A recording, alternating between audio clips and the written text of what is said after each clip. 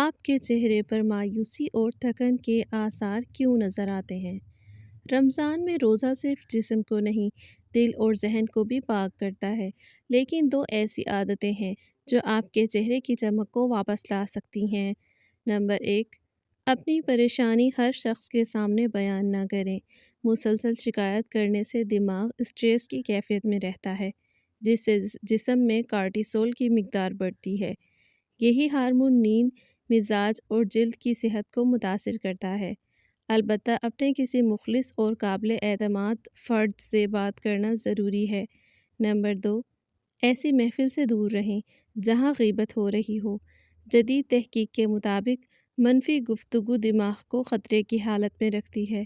اس سے بے چینی اور چڑچڑاپن پیدا ہوتا ہے، جس کے اثرات چہرے کے تاثرات اور جلد پر بھی ظاہر ہوتے ہیں۔ عید پر خوبصورت نظر آنے کے لیے صرف کریم کافی نہیں، مثبت دل اور پاک زبان بھی ضروری ہے۔ اس مفید معلومات کو اپنے دوستوں کے ساتھ ضرور شیئر کریں اور میرا چینل سبسکرائب کرنا نہ بھولیں۔ اللہ حافظ۔